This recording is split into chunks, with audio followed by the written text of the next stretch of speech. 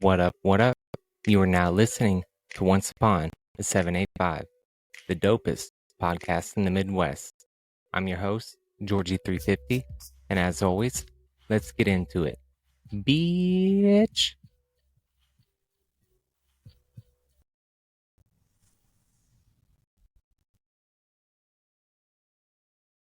What up? And welcome to another episode of Once Upon a 785. And as always, I'm your host, Georgie350, and today is episode 16, where we will cover Operation Highjump, Operation Paperclip, and Operation Deepfreeze. But before we get started, I would like to say, if you enjoy the podcast and would like to help us grow, for $4.99 a month, you can not only support the podcast, but you can also get exclusive access to the video version of the show. And I'm planning a pretty awesome show for my first exclusive subscription-only episode. So get ready for that in the near future.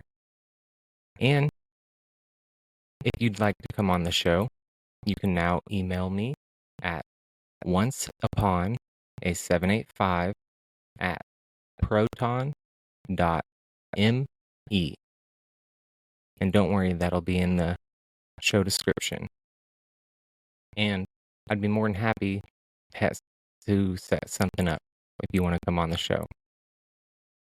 And just in case you didn't realize, here soon, all videos will only be available through subscriptions.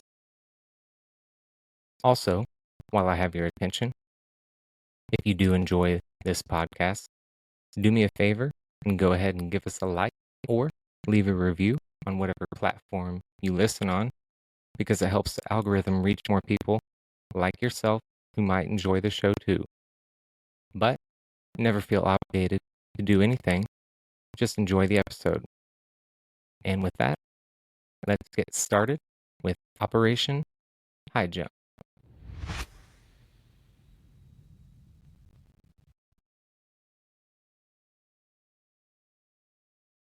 I didn't actually mean to hit that one. But anyway, before we start, I'd like to give a shout out to Reaper Apparel Company and Cocoburry. And if you like dope clothes and want to look fly while also supporting a positive message, you can use promo code Georgie350 at reaperapparelco.com to get 10% off your order, or you can go to cocoburry.com and use the same promo code Georgie350 at checkout to get 30% off your order. Now, let's get into the episode.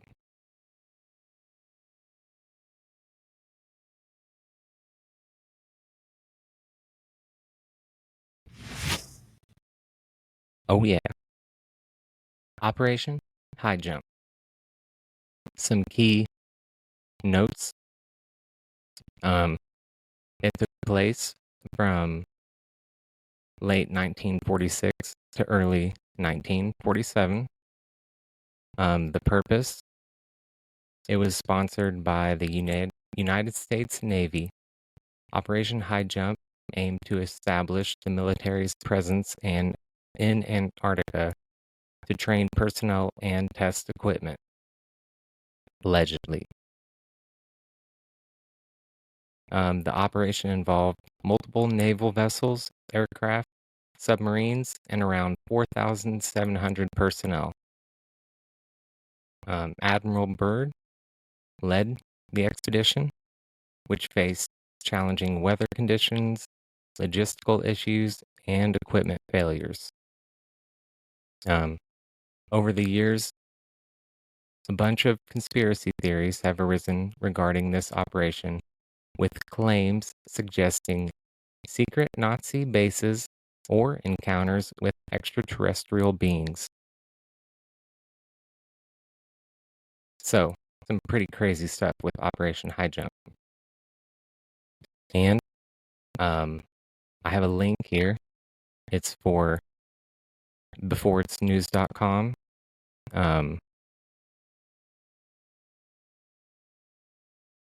They have something that I wanted to read. The article's called "Here's What the U.S. Government Found, Then Covered Up in Antarctica." And there was a video, but I don't think the video's there anymore. And here, I'm going to try turning my gain down.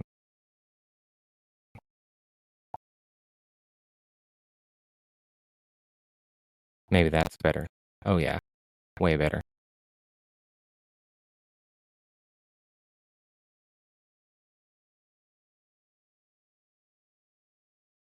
And sorry I'm reading all this off my phone because it's way easier than trying to mess with my laptop. And I'm vaping, so do with that what you will.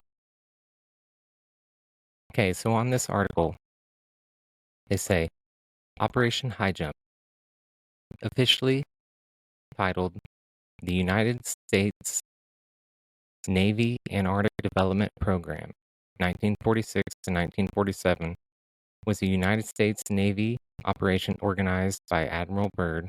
I pretty much already said all this. And Admiral Richard H. Cruzen, USN, Commanding Officer, Task Force 68. Operation Highjump commenced August 26, 1946, and ended in late February 1947. Although Byrd was chosen to lead the mission for rather specific reasons, which they will explain later, he was quite qualified and favored amongst the American public, the perfect candidate of choice by the U.S. Navy and top brass. Additionally to Byrd's recruitment, another man, Rear Admiral Richard Cruzen, was selected to head up the task force. And make no mistake, this was an unusually bold move for the American military at the time, as people, nations, and even world economies were still volatile from war's aftermath. So they say, I'm probably not going to read all through this, but they say you have to ask the following questions. Why would the U.S. military be seeking to expand so many resources at the risk of great collateral loss to explore such a harsh region of planet Earth as Antarctica? So they say, what was the rush? What did they know? Well, they find out that a lot of details regarding Operation Highjump have been carefully tucked away over the years. Wikipedia explains little about the mission, officially titled United States Navy Antarctic Development Program. And this is what Wikipedia says. A United States naval operation organized by Rear Admiral Richard E. Byrd, officer in charge, Task Force 68, led by Admiral Richard H. Cruzen, USN Commanding Officer, Task Force 68. They say it commenced August 26, 1946, and ended in late February 1947. Task Force 68 included 4,700 men, 13 ships, and multiple aircraft. The primary mission of Operation Highjump was to establish the Antarctic Research Base, Little America 4. They go on to say Highjump's objectives, according to the U.S. Navy's report on the operations, were as follows: training personnel and testing equipment in frigid conditions, consolidating and extending United States sovereignty over the largest practicable area of the Antarctic continent. This was publicly denied as a goal even before the expedition ended. Also, determining the feasibility of establishing, maintaining, and utilizing bases in the Antarctic, and investigating possible base sites. Also, developing techniques for establishing, maintaining, and utilizing air bases on ice, with practical attention to later applicability of such techniques to operations in interior Greenland, where conditions are comparable to those in the Antarctic. I think I butchered that, but they're trying to see if the operations are the same in Greenland as Antarctica. I don't know. Moving on. Amplifying existing stores of knowledge of hydrographic, geographic, geological, meteorological, and electromagnetic propagation conditions in the area, and supplementary objectives of the Nanook expedition. The Nanook operation was a smaller equivalent conducted off eastern Greenland. They go on to say, interestingly enough, many of the actual mission's details were shrouded by secrecy, hidden from the American public, which leads us to where we are now. All right, so they're going to go on. I'm just going to go over this.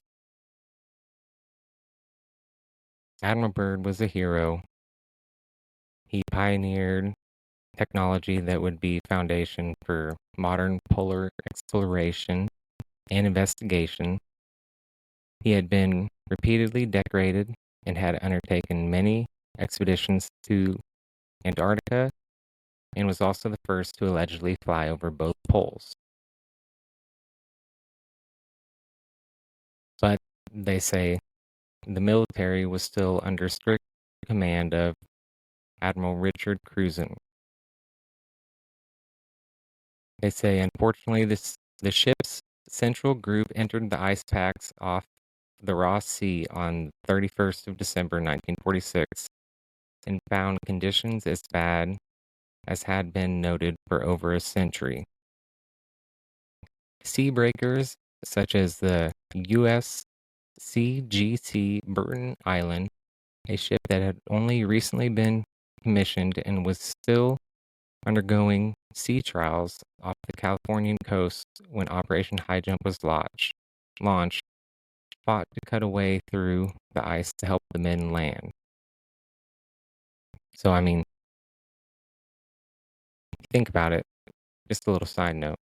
Why would they call it Operation Highjump? You know, I'm pretty sure I have that video. There's 200 to 300 foot tall ice walls, and I do believe they encompass our flat plain. But they go on to say,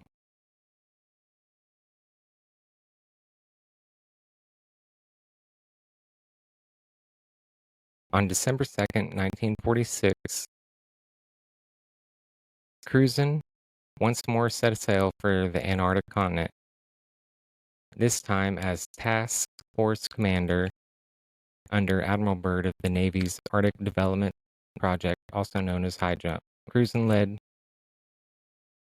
a force of 13 ships carrying some 4,000 men, including meteorologists, zoologists, physics, and experts from oceanography institutes into the adventure of a lifetime. They say, besides looking for new scientific data, another purpose of the expedition was to train Navy personnel and to test standard Navy ships and other equipment in colder weather operations.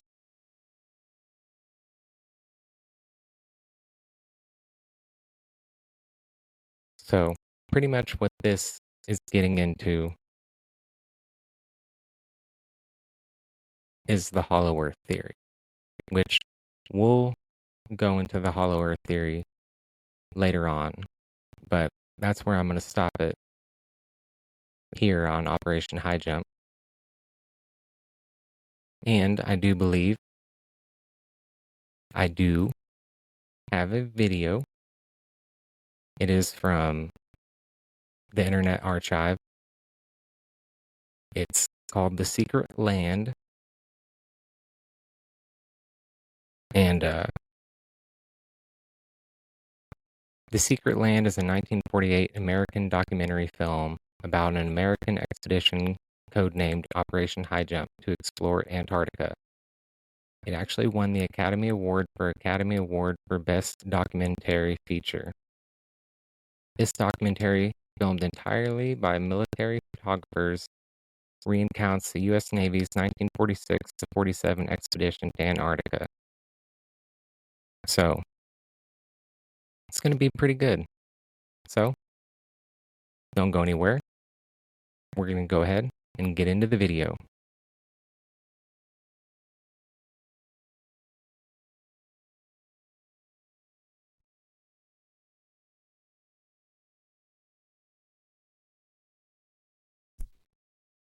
Big penguins and their big black mountains, the ships, are on 24-hour duty. First job to secure all mooring lines. Big timbers sunk deep in the ice serve as anchors. They're called dead men in sea parlance, perhaps because they're buried. Slip toggles are rigged for quick release in case ice forces an emergency getaway. Unloading. Reconnaissance planes first, next hauling equipment. The Marine Corps weasels. Heavy-duty caterpillars and trucks, 40 in all. Here are no port facilities. The Navy shows its self-sufficiency as it did throughout the war, in operating at sea without bases or with improvised bases. Here are no docks or roads, yet all freight aboard 3 heavily laden ships is hauled 2 miles over the ice up to Little America. Dogs next. Barking, tugging, boatload of huskies. And the pups, growing fatter and bigger every day. All are happy with the welcome smell of snow in their nostrils. This is home. This is fun. But this is work, too. Time is short. The dogs must haul their share of the tonnage. Halt. Trouble ahead. Pressure ridges block the way inland to Little America. Even the largest caterpillars are stalled. The call goes out for dynamite crews, Navy's trained demolition teams, seasoned on enemy beaches. They must blast the 50-foot ridges, clear the way to meet the expedition timetable. Ridges are deep. Blasting takes hours.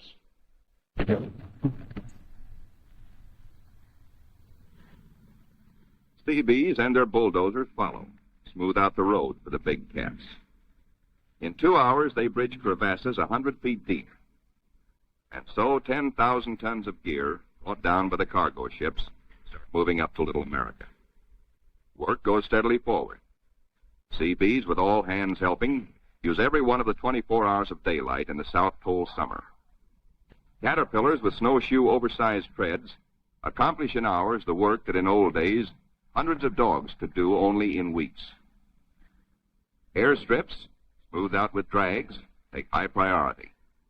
Bird has flashed word from the Philippine Sea, now standing by off the pack ice, that he's ready to fly his R-4Ds in. It's up to the work parties to make up the time lost in the pack ice. Up to these men to work while gusty winds drive flesh-cutting gravel-like snow across the open, or to dig deep for storehouse foundations. Food dumps grow steadily. Here is the favorite hangout of the veteran husky, Ricky, born at Little America 12 years before, and still hungry. Each hour brings other buildings to completion. Knockdown Wanigans grow magically. The Air Headquarters Quonset is ready. Snow blocks are dug out for windbreaker walls. These blocks are the adobe of Little America. Good idea, squawks the sidewalk superintendent of the base. Good idea. These big penguins do right well to bear in mind that when she blows down here, she's liable to blow your eyelashes off. The little Adderley shows no fear. What? Smoke? Silly idea. The ships are all but empty. Caterpillars and go devils live up to their wartime good name. Within 70 hours, Seabees are hauling in the last 500 tons of essentials. Only a few more cases to be broken out. The local waterworks is the pride of the Seabees. 3 GI cans of snow produce 1 can of water, purest in the world. Keep your furnace going, make steam, which melts snow, which makes water. Simple. Simple once CB Engineering in Washington had figured it out before ever the first ship left port. And now, the ordered streets of a tent city that is Little America the Fourth come into being where 3 days before the primeval snow lay unbroken. The church flag, first Sunday, signifies a pause for prayers.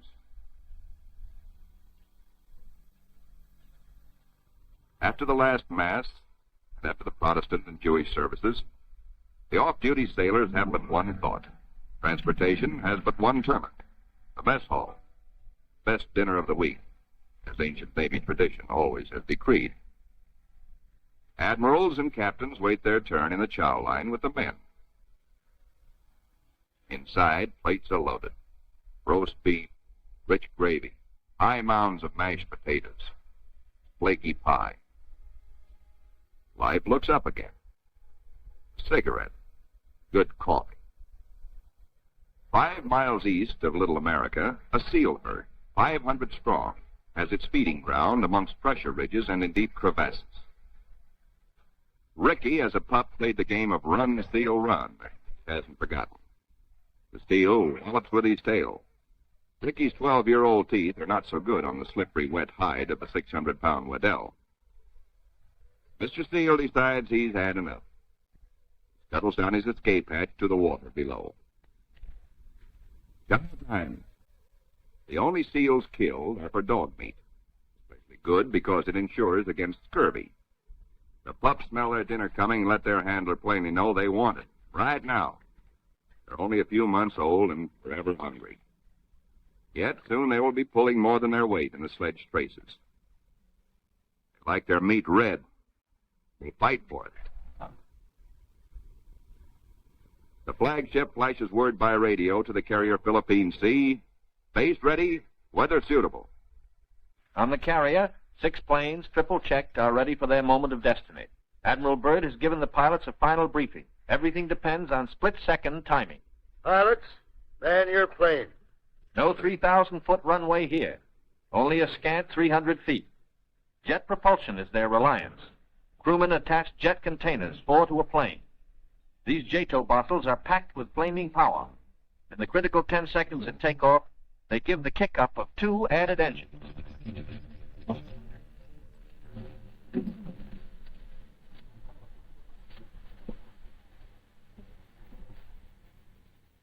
Byrd is airborne in exactly 100 feet.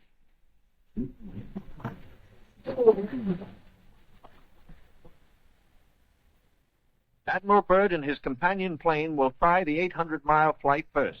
The others await his orders. At Little America, cameramen and Admiral Cruzen wait anxiously. There comes Byrd. Cruzen can relax now. Skis work perfectly. Carefully calculated drag of the wheels serves only to shoot up a plume of snow.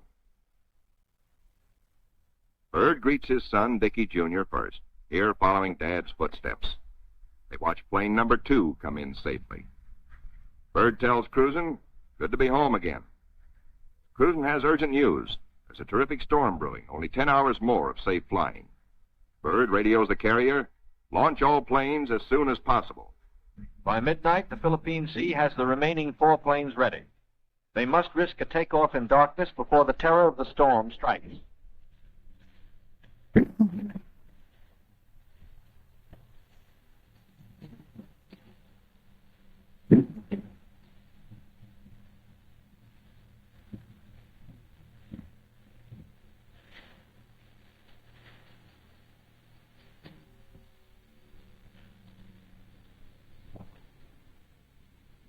Daylight finds the planes over the pack ice. With frozen depth below and weather closing in, navigation becomes tricky. This close to the pole, the magnetic compass is no help. At the base, men scan the gray skies, looking. and finding only the blackness of the approaching storm, now visible to the east. If the planes don't make it within an hour, but in they come, one by one, to land in the last remnants of clear light. Each landing is the first on the ice for each pilot. These men are the first ever to fly big planes into the Antarctic. Well, on previous expeditions, the planes were freighted in, assembled, and only then were they flown. These Navy and Marine Corps flyers have been bred on stormy going. Their long experience and, above all, the Navy's relentless training in all details brings them in, but with little time to spare. The blizzard hits, 100 miles an hour, scouring across the sastrugi. In storms such as this, many brave explorers have died.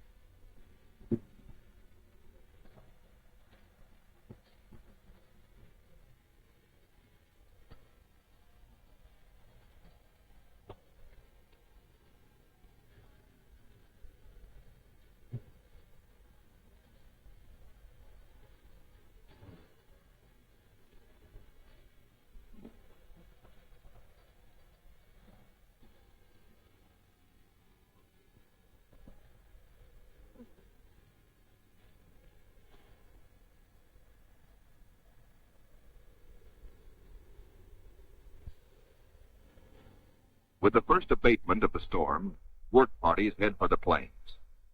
The blizzard is 40 hours old. Wind has become bearable. The expedition flight schedules are days behind. They must get the heaters going, clean out the frost. The Antarctic offers no quick machine service as on standard Navy airfields. Fuel for the heaters must be hand-dragged, hand-pumped, hand-fed, with the temperature far below freezing. The chow wagon, the never-failing CB tractor, gives the work parties a lift back to the mess tent for hot coffee, food, and water. Only the Navy, Marine Corps, Coast Guard, and Army cameramen who made this official record know the price they paid for these blizzard films. They covered the Pacific battles for posterity. This cold day, they froze their whiskers to make these first color films of an Antarctic blizzard. Little America digs out. The planes still stand on the line uninjured. Icicles and snow to be cleared off, but no plane blown away. Lashings held. Tent City intact proved out the technique of survival evolved by Byrd in a lifetime of exploration. Not one tent went down.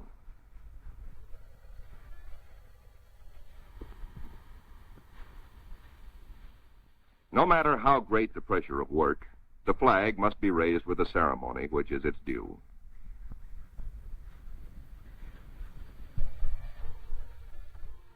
Admiral Byrd declares Little America the Fourth in full operating commission. The Admiral and the party ride Weasels 12 miles south to visit his earliest camp, marked by the radio towers. Little America the First, now 40 feet under the snows of 17 years. And above it, Little America the Second, 25 feet under the snows fallen since 1935. Captain Boyd, United States Marine Corps, ties on a safety line. While Admiral Byrd and 3 veterans of his previous expeditions watch, Boyd inches his carcass down the old ventilating hatch. It stood 20 feet in the air when it was put up 12 years before. He pokes a stick up as a marker for the main hatch. Now all hands, the Admiral included, have a chance to go look-see. Below, the old-timers find a lantern that lights at once, and all manner of other gear. For here in Antarctica, there is no decay, no rust, no dust, not even germs. Fruits, vegetables, meats, all good after 17 years. Small wonder Byrd preaches that one day Antarctica may be the world's storehouse to keep the 7 years surplus for the 7 lean years. Byrd, bringing with him the old corn cob he'd forgotten in 1930, comes up last. He meets heavy going, but he makes it the hard way and seems to like it. Aboard the Mount Olympus, the Navy tries out one of the most important experiments assigned the expedition. can men survive in freezing water? Men from Mars, members of a special underwater demolition team, wear the new cold water rubber survival suit. In contrast to these skylarking youngsters eating ice cream in the ice, men in ordinary clothing are paralyzed in 6 minutes and die very quickly thereafter. Yet these sailors, wearing only underwear beneath their survival suits, stay in half an hour and come up chipper and warm. On the sunny afterdeck of the Mount Olympus, the expedition's prize penguin catch, the big emperors, are living the life of Penguin Riley. They grow 4 feet tall, weigh up to 80 pounds, and are the only creatures who live throughout the year on Antarctica. Eons ago, they flew. In time, their wings evolved into swimming fins. Their deep feathers are the warmest known. Their feet, thick leather-like pads. On these, they lay their single egg and tuck it up within the body feathers for warmth, to hatch it. In captivity, they must have their vitamins. Keeping them alive for the return voyage is quite a problem, for their bloodstreams have no germ resistance. Their necks are ball-bearing. Strangely enough, the smaller captive penguins prefer their fish fillets. They won't eat live fish out of a pail. Rockhopper penguins are the clowns of the Antarctic, 20 inches high, cocky yellow eyebrows, sassy, and forever hungry. As the men find out, they'll eat their weight in fish every 3 days. The gathering of scientific data ranks high in expedition plans. Admiral Byrd says goodbye and good luck to an over-ice expedition which is to probe deep into the Rockefeller Mountains, 300 miles southeast. 2 LVTs hauling supply sledges strike out into the white darkness, their mileage checked by bicycle wheel counters astern.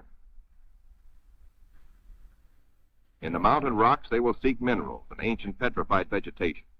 Hourly, they will record important aerological data. But exploration by plane has priority 1. 1.5 million square miles are to be explored and mapped, and the oncoming winter soon will end flying weather. The wheels come off. Both takeoffs and landings on the ice must be made by skis alone, delicately balanced to feather in the wind, yet strong to stand the shattering shock of landings. Organized exploration on a scale hitherto undreamed of calls for precision timing. Each plane is serviced on exact schedule with 1,200 gallons of high-test gas and with preheated oil tested to function at 80 below. A pressure tank, especially designed for operations in deep cold, pumps the oil into the planes. Daily flights begin. Each plane has a definite sector to explore, a definite timetable, a definite radio report schedule. While the weather holds, flights operate around the clock. For emergencies, the LVTs cache provisions and fuel at the limit of their range. To aviators forced down, to rescue planes sent out to bring them in, these cairns may offer the one hope and may mean ultimate survival. 1,200 miles to the east, the Eastern Group vessels and planes are exploring the mysterious Phantom Coast. Aboard the destroyer Bronson, the commander of the Eastern Group, Captain George Dufek, makes an exploration voyage. He sails close in to Mount Erebus, 14,000 feet above the sea. It is the only known active volcano near the South Pole. Captain Dufek, his mission accomplished, returns to rendezvous with the seaplane tender Pine Island. Personnel transfers to the destroyer must be made by breeches buoy because of rough seas. This officer would probably prefer a boat.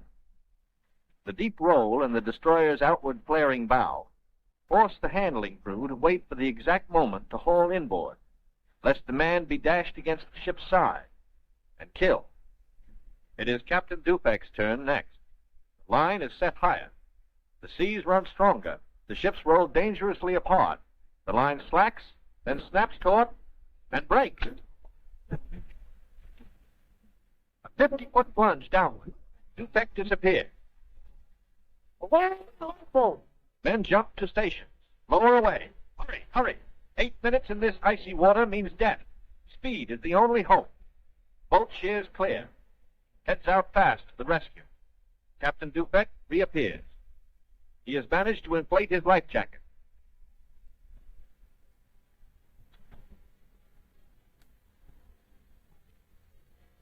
7 minutes gone. Dupek grabs the lifeline. A seaman clutches him.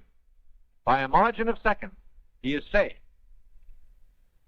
1,500 miles west of Little America, the Currituck and her western group are off the Shackleton ice shelf, circling the Sunset Coast. The western group commander, Captain Bond, gives pilots and plane crews a last briefing on Antarctic dangers and the technique of survival if forced down. The flight about to start is the longest and most important so far for the western group. Before takeoff, survival gear is checked, gear to keep 9 men alive for 100 days. Food, drugs, sleds, sleeping bags. On the water, the great PPM makes her takeoff run. Her jet assist bottles blast. She lifts quickly into the air and circles the Currituck once. Jet assist bottles, their work done, are dropped and make a salvo splash. The pilot, Commander David E. Bunker, wipes his frosted windshield, a constant source of trouble in polar flying. He is over the Shackleton ice shelf, named for the great English explorer who kept returning to the Antarctic until death, so often escaped, kept its rendezvous with him. The smooth shelf roughens. Dark rocks, called nunataks, appear above the ice. Then rugged mountain ranges, as far as the eye can see. Bunker leans forward in amazement. His eyes have caught a sudden and unbelievable change in scenery. The universal white has turned to chocolate brown, dotted with blue. A cameraman goes into action.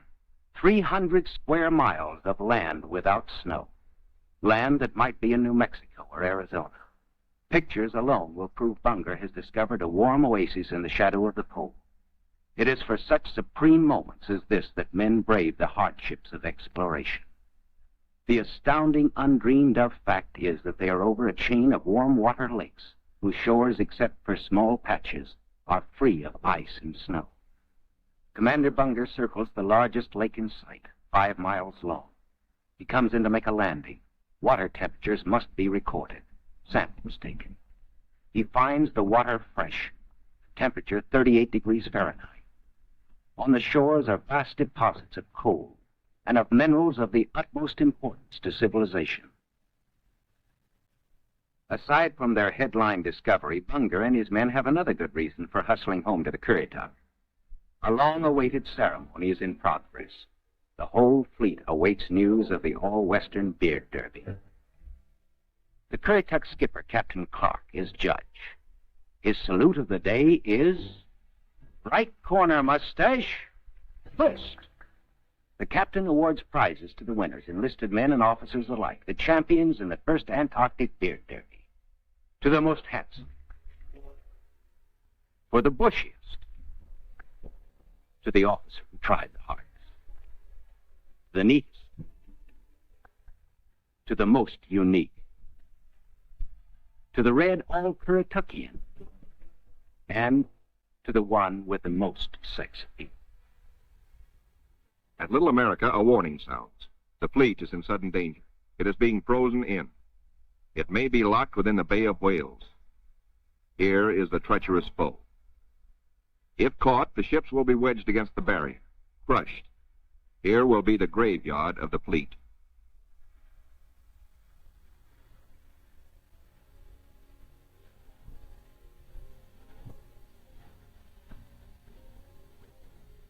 The Coast Guard icebreaker Northwind goes into action. Ramming, back, ramming again. Break up the crushing floes. Landing craft work frantically to loosen the ice around the ships, so propellers may turn without shearing off. One by one, the ships are cleared. Get underway. Byrd remains behind with 197 volunteers and grave problems. His most important exploration flights will now lack the powerful directional radio of the Mount Olympus. To get his men out, he must hope the icebreaker can crash her way back in time. Otherwise, he and his men will be frozen in for the 9 sunless months of the dark, treacherous Antarctic winter. Marooned, Admiral Byrd and his staff plan the big flight to the South Pole and far beyond. This is the culmination, the last mass flight. 4 planes spanning out over a continent of unknown territory larger than Texas, California, and Arizona combined. Over freezing wastes without people, without life, without vegetation. Nature's most formidable challenge to man. The 4 planes are gassed up, all controls triple-checked, motors heated, for they face cold as extreme as 60 below, unrelenting, murderous. Photographic units lead the parade of science to the planes. Each is a flying laboratory.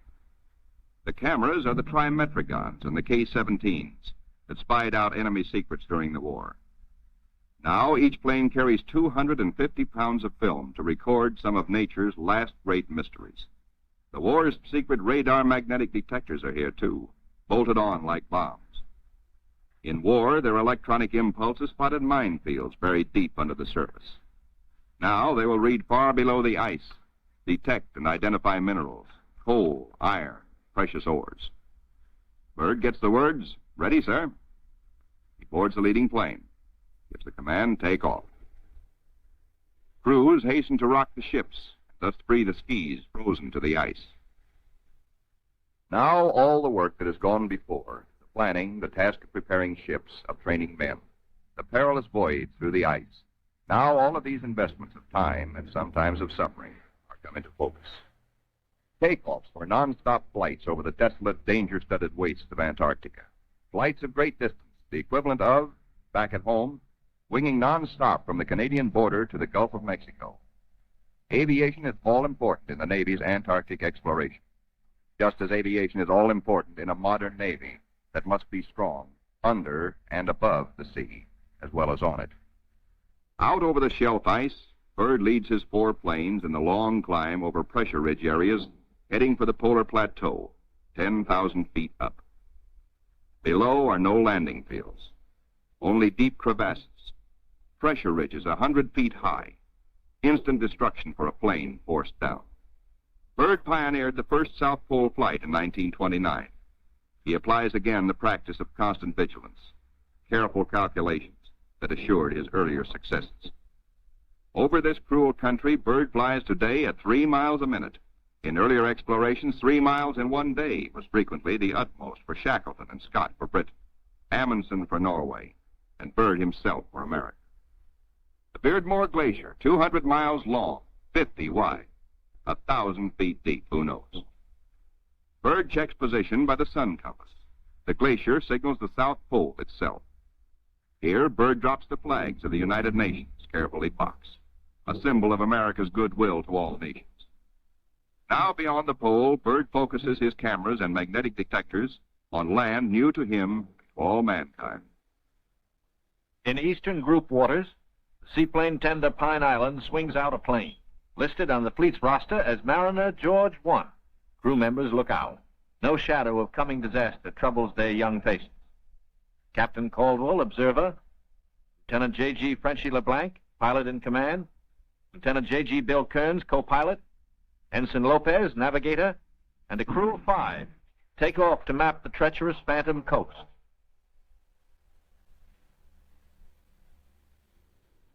Bird's planes, deep into the unknown, are the eyes of civilization, recording, evaluating, mapping. Plateaus, mountain ranges, with peaks 20,000 feet above sea level. The trimetrigon lenses, clicking overlapping exposures every 3 seconds, photograph from horizon to horizon. Coal, a mountain of coal. Bird later declares Antarctic mines, if once tapped, could supply the world's coal needs for centuries. These official motion pictures can give only a cross-section of the miles of photographic records accumulated on this expedition by the Navy. The exposed mapping film will take 5 years to assemble. Amplifying these are the radar magnetic detectors, accurately recording mineral discoveries of immense value for the future use of all mankind. England, Norway, South Africa, Australia, New Zealand, South American countries, and Soviet Russia are claiming Antarctic territory. The United States recognizes no claim, and so far has made no formal claims for itself. But international policies cannot concern the Admiral now. His duty is to keep his flying laboratories functioning, to fulfill his dream of a lifetime. The word "gas half gone, sir," comes from the engineer tabulating fuel tank readings. Bird radios his pilots, "Return to base." By the 3rd leg of their triangular course, the planes head back for Little America. Bird's plane takes the widest swing fuel permits as the lenses of the Trimets continue recording new territory. This is the last big flight. Bird is determined to record the maximum possible. One by one, the planes swing in over Tent City. Flight operations checks them in and safely down. Plane 2, plane 3, plane 4. But not plane 1. Bird's plane is yet to be accounted for. Bird is missing. Out over the ice, Bird is in trouble. His starboard engine is cutting out. Now stops. His one remaining engine is losing power. The altimeter needle starts dropping down. The plane is losing altitude. All 4D1 to base. All 4D1 to base. Position Q5. Engine out. Losing altitude. The base prepares for rescue operations.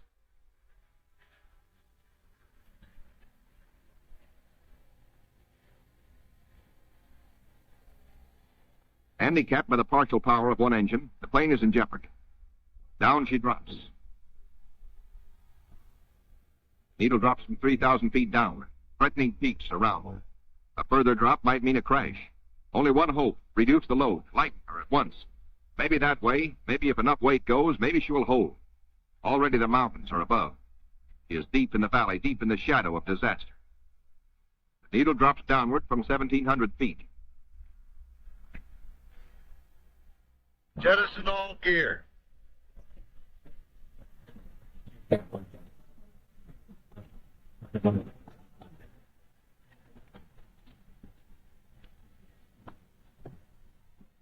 Only the precious films and records are saved. The gamble is life or death.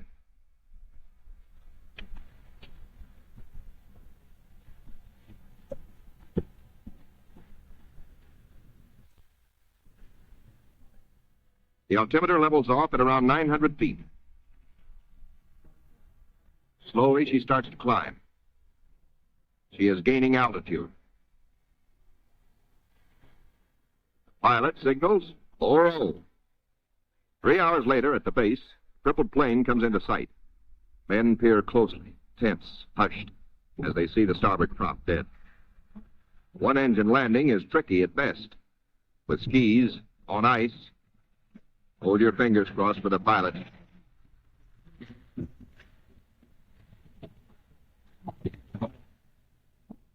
Save, good going.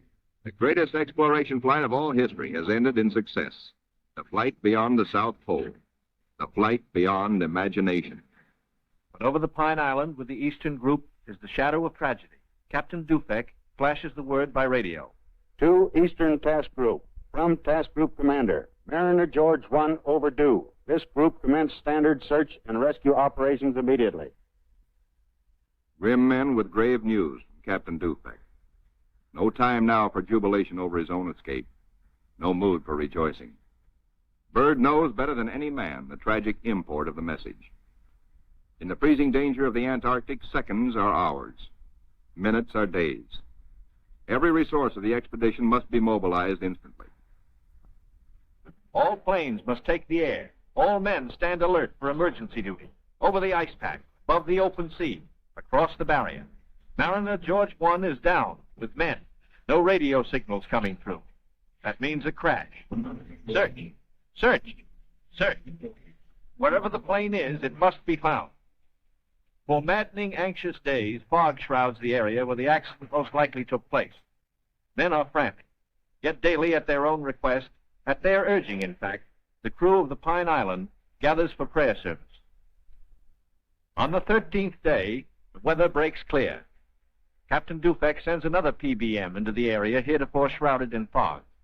At last, in clear visibility, the pilots and men scan water and pack ice along the Phantom Coast. Wherever they are, the 9 men of the George 1 have been lost almost 2 weeks. Hope is thin. 5 hours out, Commander Howell, the pilot, spots smoke. A signal fire. Some are alive down there. How badly hurt?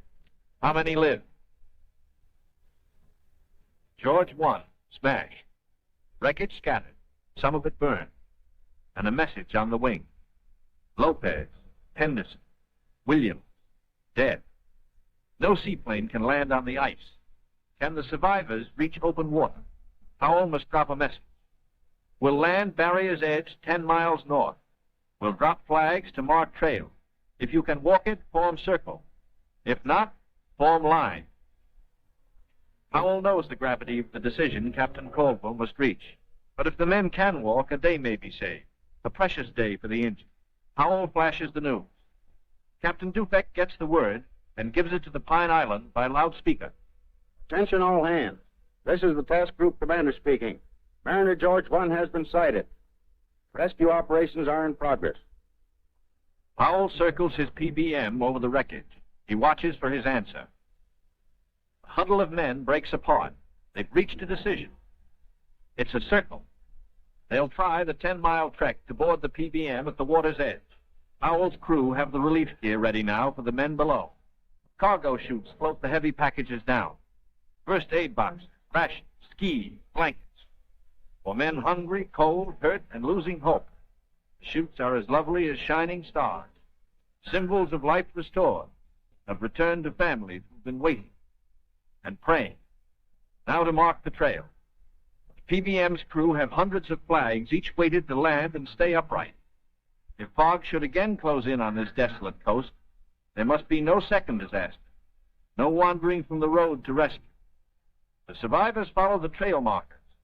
5 able to walk, 1 on a sled, 10 miles to go. These men are marching out of the shadow of death into the sunshine of life. Aboard the rescue plane, ready to leave the barrier edge, the survivors, 6 thankful men, jerk out their story in bits and flashes. How Henderson, Lopez, and Williams died in the crash and explosion when they smashed up at milk bowl visibility. How they found scattered cans of food, stove, fuel to keep it going, and 1 tube of sulfur tablets, just enough to keep Frenchy LeBlanc, their gravely injured pilot, barely alive. Proudly they tell how Captain Caldwell consulted them all in dividing their little food, how he kept watch, inspired their faith, how they prayed as men always do when there is no other hope but prayer. Bill Kearns, co-pilot, grins hello. First off is Frenchy LeBlanc. Corpsmen carry him tenderly in a Stoke stretcher. War and Robbins pulled him out of the blazing nose of the plane, but his back, hands, and face suffered third-degree burns, and in the Gethsemane of waiting for rescue, both legs were frozen to the knees. Amputation is inevitable, but he will live. The ship's company of the Pine Island greets their skipper, Captain Caldwell, observer on the flight.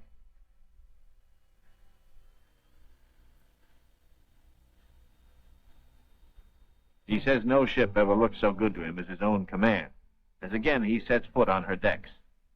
His executive officer greets him with sincere affection. Captain Dufek warmly welcomes the survivors. Co-pilot Kearns, broken arm in a sling. McCarty, photographer. Ward, the radio operator. And smiling Shorty Robbins, the motor mech. The head is warm. Hot bath, clean sheets, and long hours of restoring sleep. And perhaps first, a moment to splice the main brace, by which good sailors mean a ration of medicinal spirits. Bourbon to you. Later in sick bay, all but Frenchy and Captain Caldwell enjoy their first full meal in 2 weeks. Kearns will go to Georgetown University to study for a career in diplomacy. McCarthy, who has a wife and 2 children in Sonoma, sunny California, beams happily. Robbins, who was the wheel horse in those desperate days, figures to keep on flying. He still loves it. And Bohr knows that he will marry his school teacher sweetheart back in Reading, Pennsylvania. News of the rescue finds the icebreaker with Admiral Cruzen fighting her way through thickening ice to pick up Admiral Byrd and his men at Little America. Byrd has radioed for all speed. At the base, the Admiral supervises Operation Secure. All essential records and scientific instruments are to be taken home. The planes must remain. They are stripped down with the hope that another American expedition in a future year may find them of use. Supply dumps are marked by poles. And now through the capes comes the old reliable workhorse, the icebreaker. Final loading is the order. All roads lead to the bay. Last trip down. The last long trek through the snow for the big Go Devil sledges, loaded with men and equipment. The excitement that always comes with sailing infects all hands, including the dogs. They sniff something important is in the wind. With normal quarters for 75, the icebreaker must jam aboard the additional 197 men of the base body until, after the voyage north, she can transfer personnel to the big ships awaiting her at Scott Island. Byrd is among the last aboard. He can now report to Admiral Nimitz, Operation Highjump completed. Our men have achieved accomplishments unparalleled in the history of discovery. Our central group has flown far beyond the South Pole, mapped 1/3 million square miles never before seen by man. Our eastern group mapped 3,000 miles of phantom coast and charted 40,000 square miles of coastal ocean areas hitherto unknown. Our western group, flying hundreds of air hours, mapped the 4,000-mile Sunset Coast, made the amazing discovery of warm land in Antarctica. In all, the expedition explored more than 1.5 million square miles. Our scientists, by use of the radar magnetic detector, have pinpointed fabulous treasures and resources of great significance for all mankind. The men who did the job, Navy, Army, Air Corps, Marine Corps, Coast Guard, and scientists, are going tired men. The rear guard of Admiral Byrd's intrepid 4,000, veterans of the Antarctic, trained to combat the sub-zero enemy of the polar continent. They're going home to their mothers, sweethearts, wives, children. Home, strong in the knowledge that they have met the Antarctic's heaviest battalions and conquered. This is to be their lifelong reward, this knowledge and the Navy's highest commendation. Well done.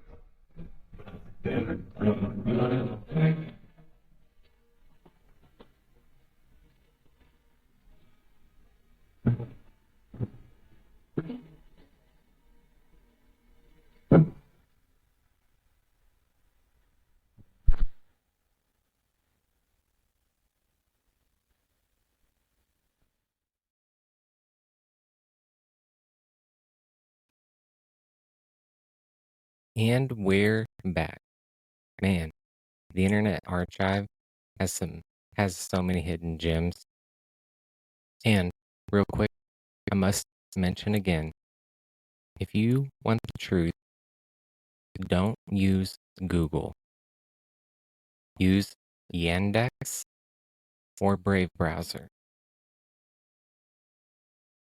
Just throwing that out there. And now, Operation Paperclip. 5 things about Operation Paperclip. 1, the objectives. Operation Paperclip, conducted by the United States after World War II, aimed to recruit German scientists, engineers, and technicians, including former Nazis,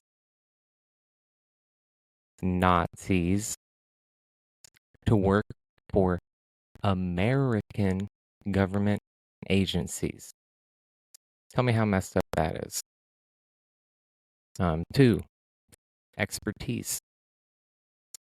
The operation targeted individuals who specialized in various fields, such as rocketry, aerospace engineering, and medicine. 3, assistance.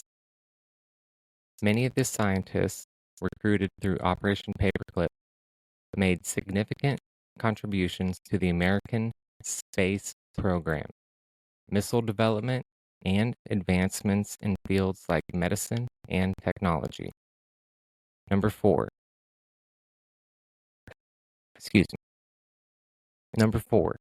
controversy. The operation had been criticized due to the involvement of former Nazis and the moral implications of absolving their war crimes. 5, legacy. Operation Paperclip played a significant role in bolstering U.S. technological advancements during the Cold War, Okay. Now, I got a link.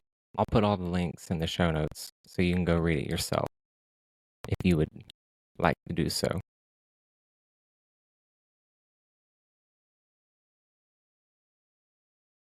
This is from conspiracyarchive.com, Operation Paperclip Case File.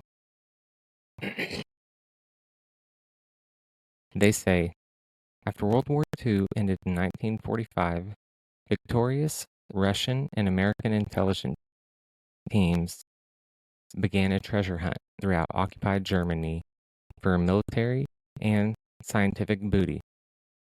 They were looking for things like new rocket and aircraft designs, medicines, and electronics.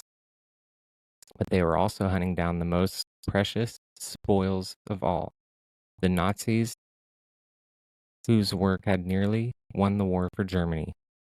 The engineers and intelligence officers of the Nazi war machine.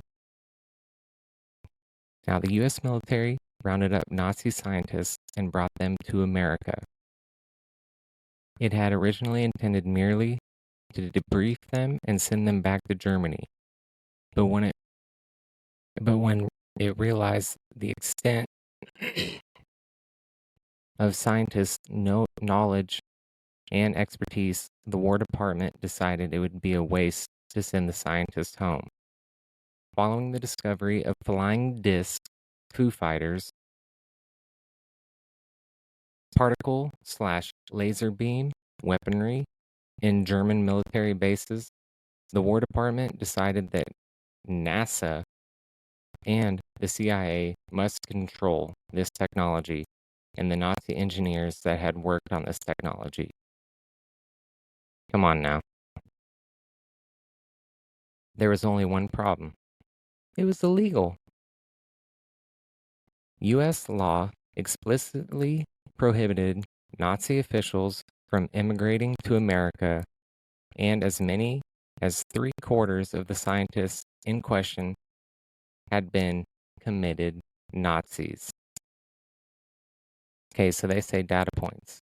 Convinced that the German scientists could help America's post-war efforts, President Harry Truman agreed in September 1946 to authorize Project Paperclip, a program to bring selected German scientists to work on America's behalf during the Cold War. However, Truman expressly excluded anyone found to have been a member of the Nazi Party and more than a nominal participant in its activities, or as an active supporter of Nazism or militarism. The War Department's Joint Intelligence Objectives Agency conducted background investigations of the scientists. In February 1947, the Joint Intelligence Objectives Agency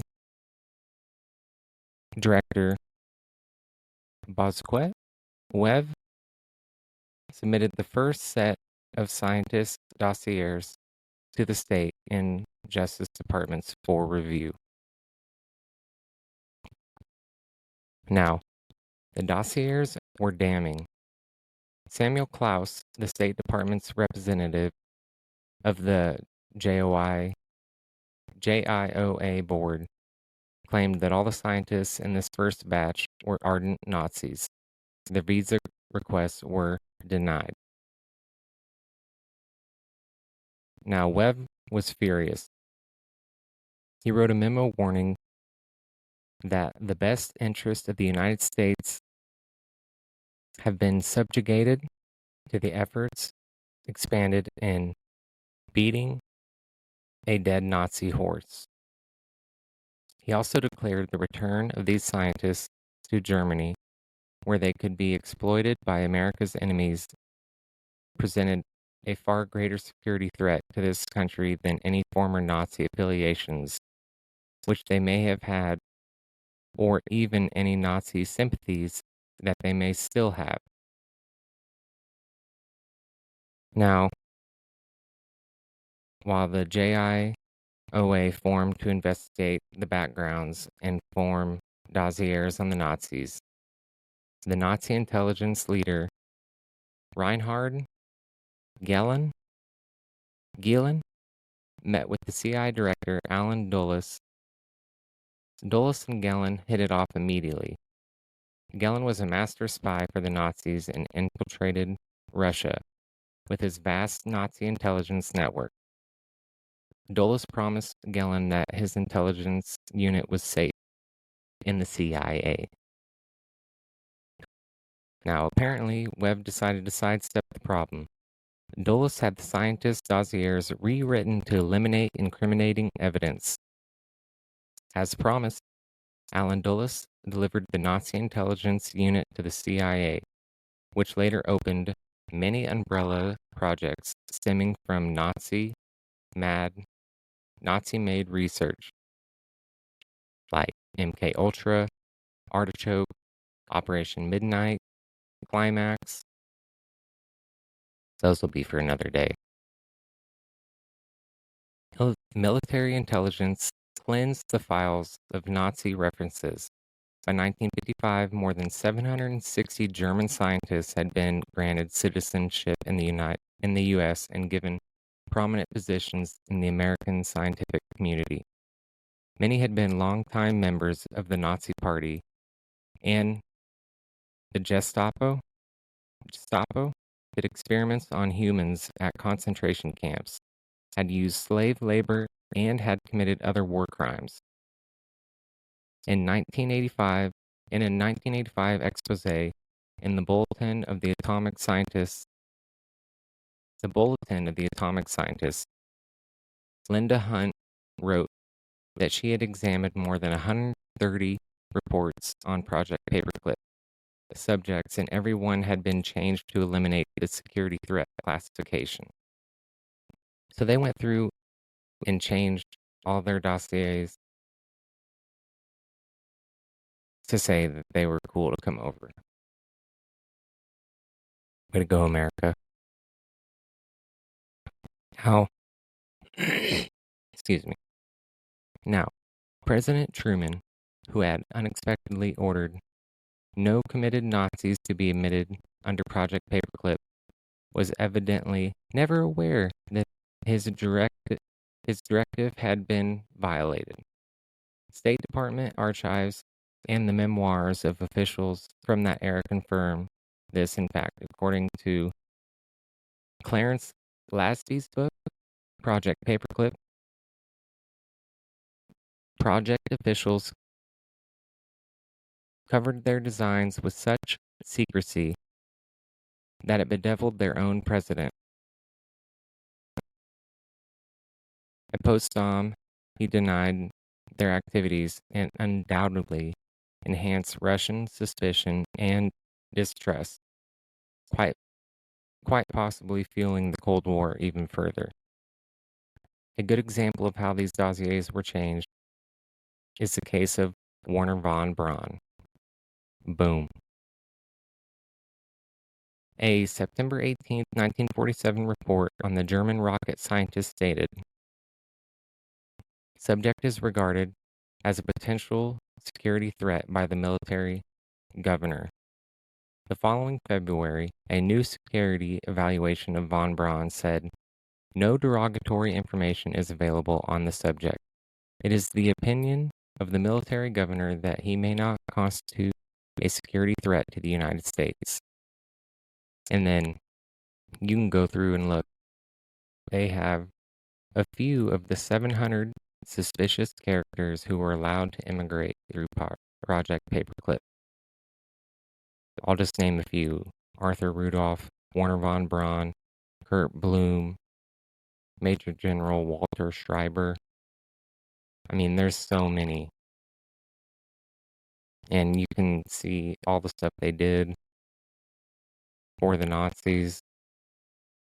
Yeah. Pretty messed up. You know? So that's Project Paperclip. In case you didn't know. And so the reason I wanted to do it in this order is because all these operations and everything, Antarctica, the treaty, NASA, it's all going to come back to flat Earth. All of it proves flat Earth. But continuing on,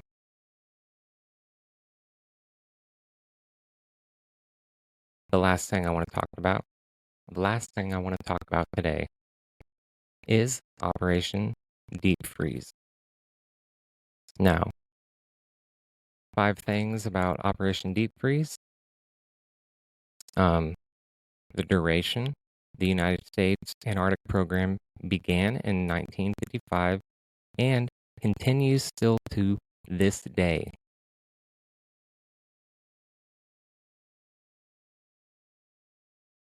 To this day. By the way, I gotta have my sunglasses on because I gotta have it bright. And I don't want to be blind in my eyes. Okay, number 2, the purpose. Operation Deepfreeze aimed to establish a year-round American presence in Antarctica, focusing on scientific research, logistics, and maintaining stations. 3, research and exploration. The operation facilitated important contributions to Antarctic science, including climate studies, geology, biology, and astrophysics. 4, logistic challenges. Operation Deepfreeze involved establishing and maintaining multiple research stations, overcoming harsh weather, and navigational obstacles. 5, cooperation. Over the years, several countries have joined in the operation, partnering with the United States to conduct scientific research and ensure the safety of personnel working in Antarctica.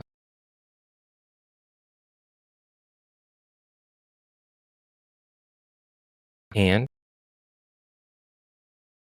thanks to the Internet Archive, I do have one last video. It is U.S. Navy Operation Deepfreeze, 1955 through 56, Antarctica Mission. And it's a video behind Operation Deepfreeze. It was during the International Geophysical Year, 1957 through 58. It was known as a collaborative effort among 40 nations to carry out Earth science studies from the North Pole and the South Pole at points in between. The United States, along with New Zealand, the United Kingdom, France, Japan, Norway, Chile, Argentina, and the USSR, agreed to go to the South Pole, the least explored area on Earth. And so, this video is going to tell you all about Deepfreeze and what they did. I believe it's only like 20 minutes long. And then after that, we'll come in and we'll say our goodbyes. Enjoy the video. Bitch.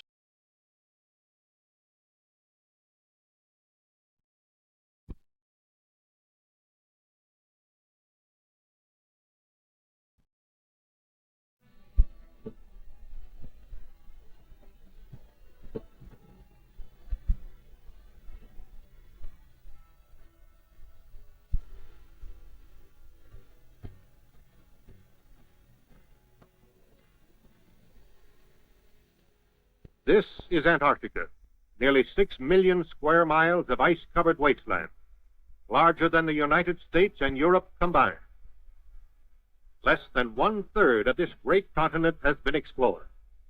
Previous expeditions have discovered indications of coal, iron, and other minerals in this last frontier. Its mean elevation is 6,000 feet, but some of its mountain peaks rise above 15,000 feet.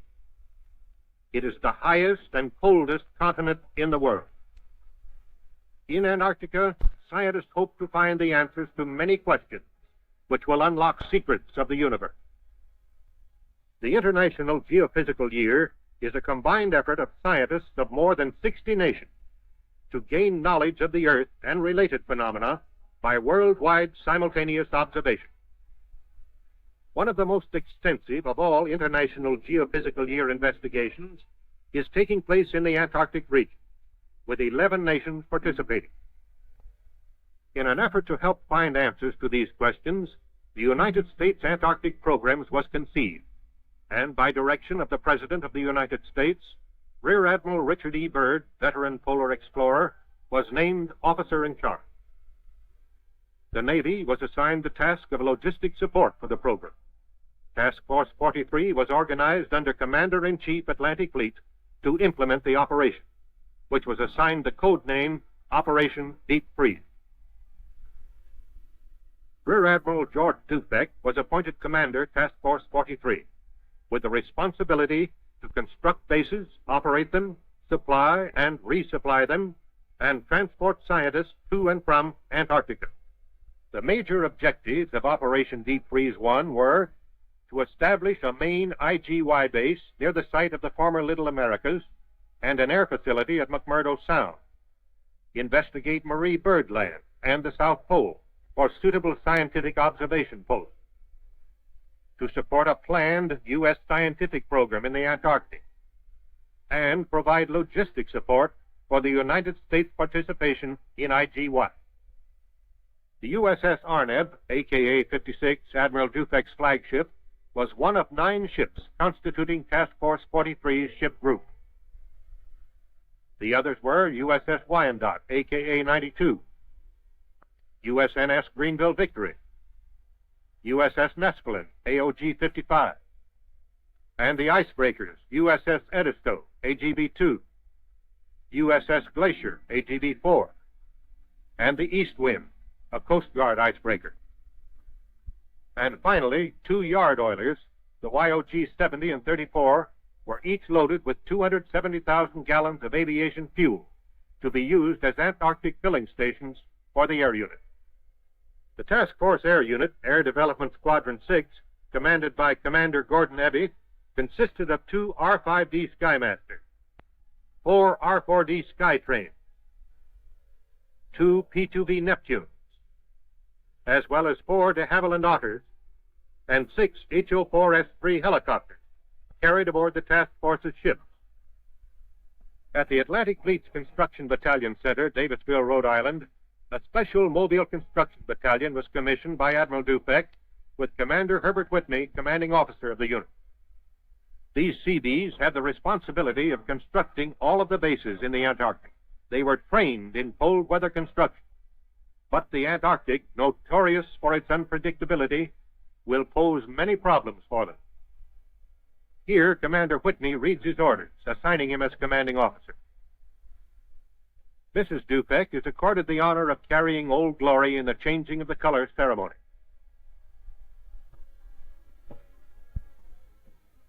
Miss Julia Hawkes, selected by the crew as co-sponsor, representing the women who must remain behind, carried the battalion flag.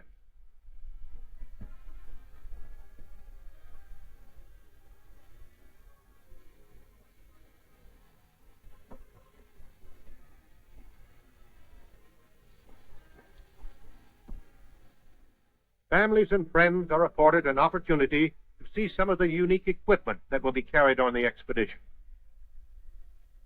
It's a 10,000-mile trip down there. And in 3 months, this weasel will be moving across the polar plateau.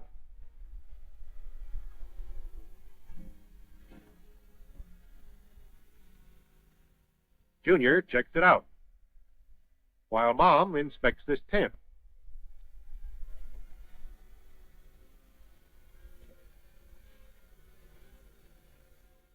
The roller will be used to build airstrips on snow-covered ice fields.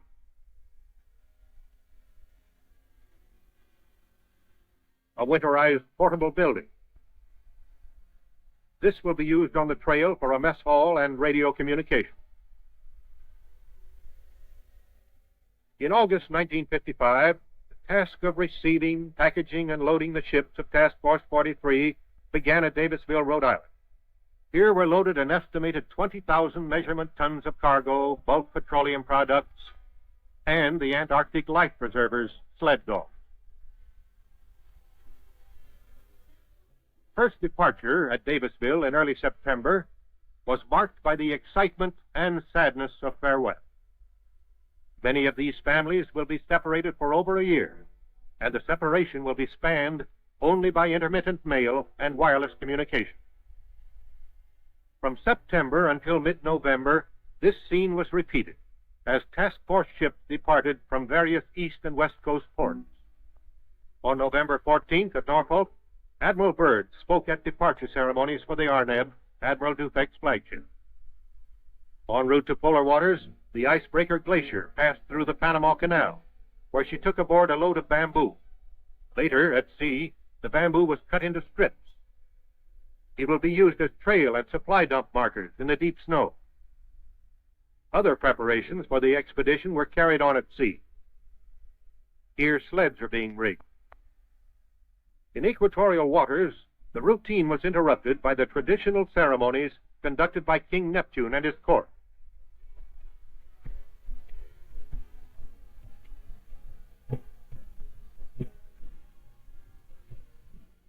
The pollywogs were put through the appropriate ritual of initiation required of all sailors crossing the equator for the first time.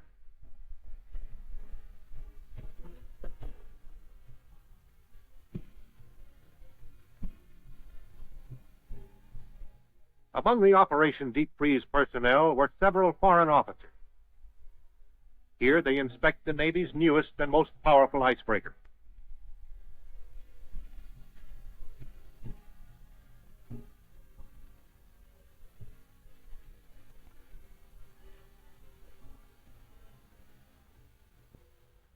In warm tropical waters, religious services were conducted on the open deck.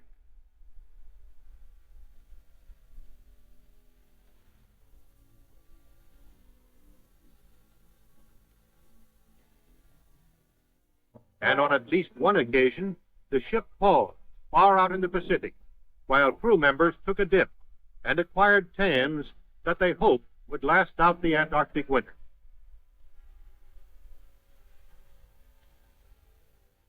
The crew of the little YOGs were deprived of many of the comforts and conveniences offered by the bigger ships.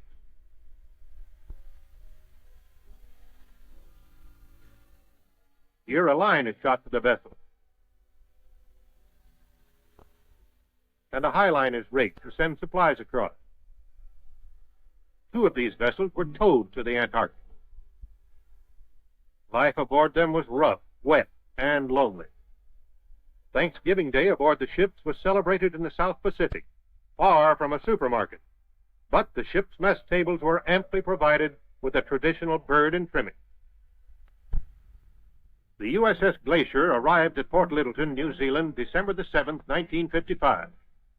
Here she was joined by Captain Gerald L. Ketchum, Deputy Task Force Commander, and Admiral Byrd. On December 10th, the Glacier began the final leg of its journey to Antarctica, as hundreds of New Zealanders gathered at the pier to bid the ship and its crew a bon voyage. 6 days later, the Glacier received her baptism of ice near Scott Island, when she entered the ice pack. December 18th, the task force sighted the Antarctic continent, when Mount Erebus, the only known active volcano in the Antarctic, towering 13,000 feet above McMurdo Sound, came into view. The Glacier moored to the ice, and its helicopter flew a survey party ashore to find an area on the bay ice suitable for a long, flat runway that would support the weight of the large planes of the air unit. Commander Eby and Commander Whitney surveyed an 8,000-foot strip of ice at the south end of McMurdo Sound. They tested its thickness with a gas-powered chainsaw to determine if the ice would support heavy planes without skis. This site was found to be suitable. It was located immediately north of the 1902 expedition camp of Royal Navy Captain Robert Scott, leader of the second party to reach the pole. Food stores left here by the Scott party over a half-century ago were found to be perfectly preserved and quite edible. The glacier then unloaded vehicles and materials for the establishment of a temporary base camp to support Seabee and air contingents until permanent buildings were completed. Some permanent inhabitants arrived to discharge their ambassadorial duties by greeting and entertaining the visiting delegation from the United States. The emperors are the best-known year-round inhabitants of the Antarctic. Penguins are equipped with built-in toboggans for traveling over the snow. This Adelie penguin rookery was located less than 1/2 mile from the glacier's mooring. With the completion of the airstrip, Captain Ketchum and party transferred to the ice to await the arrival of the Edisto. From this ship, he would direct operations in the area. The USS Edisto arrived soon after the glacier departed McMurdo Sound to furnish logistic support for air operations and construction parties. The offloading began immediately. Supplies, equipment, and materials were unloaded for transportation to the temporary camp and airstrip sites. The sled dogs were happy to be in their element and were eager to go. Surface vehicles began moving materials over the bay ice to the airstrip and permanent base site. December 20, the aircraft made their fly-in, guided along the 2,200 miles by ships stationed at 300-mile intervals. 4 aircraft arrived without mishap. Headwinds forced 4 of the smaller aircraft to turn back to New Zealand. Aircraft have now flown non-stop from a large landmass into the Antarctic continent for the first time in history. The glacier proceeded from its ocean station to Scott Island, and on Christmas Day rendezvoused with the other ships of the task force north of the ice pack. Rear Admiral Dufek greeted Admiral Byrd as he transferred from the Arneb to the glacier to command the transit of the task force. The mighty glacier led the column through the ice pack. Clearing the pack 4 days later, the task force was met by the Edisto, which led the Wyandotte and Nespelin into McMurdo Sound. The glacier escorted the Arneb and Greenville Victory on to Canaan Bay, 450 miles to the east. December 28th, the Wyandotte and Nespelin arrived at McMurdo Sound and sent a mooring party ashore to bury timbers, called dead men, for attaching the ship's mooring lines. After the long flight from New Zealand, an even more hazardous task was undertaken. Aircraft taxied 30 miles directly to the tanker Nespelin to expedite flight operations and take full advantage of the little remaining good weather. Refueling at the ship, the aircraft were on ice only 4 feet thick, over water 1,800 feet deep. A temporary camp was established and air operations commenced immediately. An R-5D using wheels rather than skis makes a jet assist takeoff, beginning a long-range exploratory mission. In less than 1 month, pilots of EX-6 mapped and photographed over 1 million square miles of territory, never before seen by human eyes. Later, Admiral Byrd, Dr. Paul Seipel, and other Antarctic old-timers paid a visit to the site of Little America 1 and 2. They located this radio tower, built during Byrd's 1929 expedition. When first erected, it stood 75 feet above the surface of the snow. On January 4th, 1956, Little America was officially commissioned by Admiral Byrd and Admiral Dufek. The glacier, after carving out a mooring in Canaan Bay for the cargo ship, was ordered by Admiral Dufek to McMurdo Sound to assist Captain Ketchum. For 10 days, the Edisto and the Coast Guard East Wind attempted to cut a channel through the ice of McMurdo to within a reasonable distance of the base site at Hut Point. During this time, only 14 miles had been gained. the glacier went to work on the ice. It takes immense power and tons of weight to accomplish the feat of crushing acres of ice, ranging from 10 to 12 feet thick. These scenes, taken from the ice, show you the power of the glacier. An icebreaker, contrary to popular idea, does not break ice by cutting through it, but is so designed that the bow will ride up on the ice, and, in a porpoising action, the sheer weight of the ship crushes and cleaves through the ice. In 48 hours, she came within 6 miles of the base and established an offloading point and a turnaround circuit. The 30-mile artery through the ice was named Glacier Channel. Since bay ice did not move out into the open sea as anticipated, it was too risky to bring the cargo ships into the channel. Therefore, the 3 icebreakers were required to shuttle supplies from the ships through the channel to the offloading point. Here at Glacier Point, the cargo is unloaded for transfer to the base site. The unloading operation involved a calculated risk. The Glacier's cargo handling equipment, designed for only 12 tons, lowered a 24-ton D8 tractor. The risk paid off. Cargo moved the 6 miles to the camp, loaded in tractor trains. This operation involved many hazards because of the treacherous bay ice.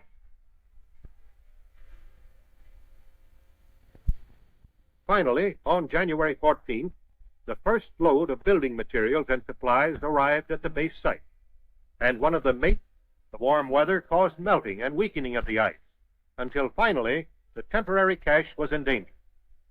Admiral Dufek ordered everything transported to the firmer shelf ice on the double.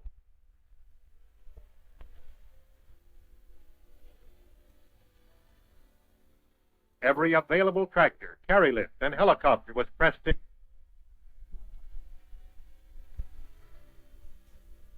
Within 48 hours, all of the cargo had been moved to Little 5.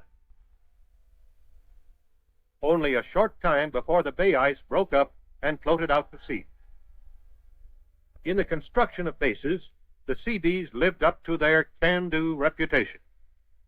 With the building area leveled, foundations were laid for the special type buildings which would be the living, operating, and recreational facilities for a long, long winter night.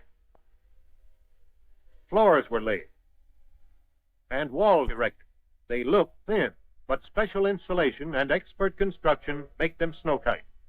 Roofs must be especially strong to support the heavy accumulation of snow throughout the 3 years' occupancy. Tractors cleared the area between the buildings of snow and ice so a tunnel system could be built. An elaborate tunnel system was built to connect all of the buildings and serve as storage spaces. Both here and at McMurdo Sound, 250,000-gallon fuel tanks were constructed to serve as storage for aviation fuel to be used in Operation Deepfreeze 2. When completed, these tanks were filled from the USS Nespelin, moored about 4 miles away. The problem of transporting fuel 4 miles was met by using several collapsible fuel hose storage tanks provided by the Marine Corps. This tank, when unrolled and filled, holds 10,000 gallons. Gasoline was pumped to these tanks, and by increasing the pressure at booster stations with auxiliary pumps, was finally brought to the huge fuel tank at Hut Point through portable pipeline. This experimental crevasse detector, designed to give a signal when a crevasse was approached, proved not completely reliable when used by trail parties. The loss of an otter-supporting aircraft and the failure of the crevasse detector delayed the Marie Birdland trail expedition. With winter weather setting in, the project was postponed until Deep Freeze 2. To climax the activities of Operation Deep Freeze 1, the Glacier, with Admiral Dufek aboard, made a notable cruise around the Antarctic continent. The purpose of this voyage was to locate suitable sites for more IGY stations to be established in later operations. Survey crews returning from surveying a possible site on the Knox Coast experienced the sudden fury of an Antarctic blizzard, a vanguard of the fast-approaching polar winter. Their small craft fought through the icy seas to the side of the glacier and was finally hoisted safely aboard. The glacier's cruise around the continent brought Deepfreeze 1 to a successful conclusion, and she pointed her bow northward, leaving behind 73 men at the Little America base and 93 sailors and scientists at the Naval Air Facility in McMurdo Sound. With the wintering over party were 1,500 tons of supplies and materials to sustain them through the coming year of isolation from the rest of the world. Some of these materials will go into the construction of bases at the South Pole and Marie Birdland before ships return to the Antarctic. At the base of Observatory Hill, men prepared for the bitter cold and the violent winds of the long winter night. And at sea, the glacier plunged northward into warmer, ice-free water. Her destination, the United States, where she would be fitted out for Operation Deepfreeze 2.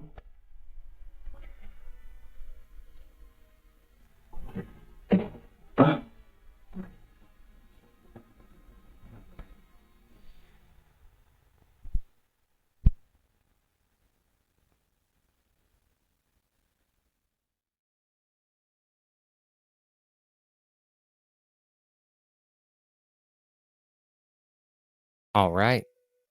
So that concludes episode 16, Operation Highjump, Paperclip, Deepfreeze.